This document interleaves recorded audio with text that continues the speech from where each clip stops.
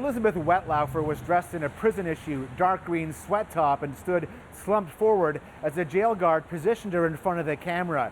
Her so-called video appearance was signaled live into a Woodstock courtroom where there were many gatherers, including police and at least one of the victims' families. The whole thing lasted less than a minute. In fact, at one point, Wettlaufer asked, "That's it?" Andrea Silcox watched it closely, clutching the Bible her dad carried while fighting in World War II. Police claim the 85-year-old was Wettlaufer's first victim and just days after being admitted into a Woodstock care facility for seniors. My father was only in the facility for in total of 8 days, and that just didn't seem right to me. And my father was a good, strong man. Wettlaufer was a nurse at Woodstock's Crescent Care Facility, where 7 of the 8 patients died. The Silcox family wanted an autopsy, but were told it isn't going to happen. The coroner said he lived in long-term care. He was 85 years old. Why bother?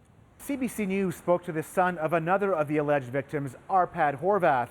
He tells us, had something been done earlier, he wonders if his father would still be alive today.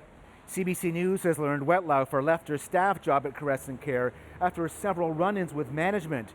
She then got a job with an agency that supplied nurses to care facilities. She left that job too, and most recently worked for another healthcare agency. None would comment on why Wettlaufer left or quit.